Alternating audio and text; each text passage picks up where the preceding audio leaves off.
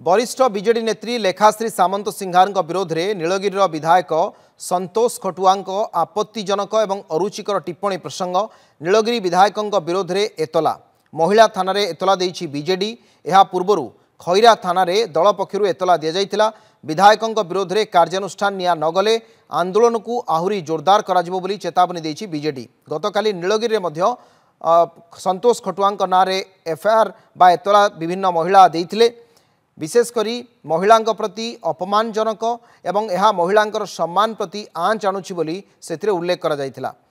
लोरा महापात्र अछंती दलर प्रवक्ता एवं इतिश आपणकर ए संपर्क में विशुद्ध भाव में आप देखुंट इप्सिता अछंती से दलर मुखपात्र ता सहित महिला थाना बीजेडी अन्यान्य नेत्री माने मध्य अछंती। नीलगिरी विधायक संतोष खटुआ बीजेडी वरिष्ठ नेत्री लेखाश्री सामंत सिंहार प्रति जो अरुचिकर मंतव्य एवं आपत्तिजनक मंतव्य देइथिले ताकू विरोध करी महिला थाना तांको विरोध रे एतला दिया जाउछि।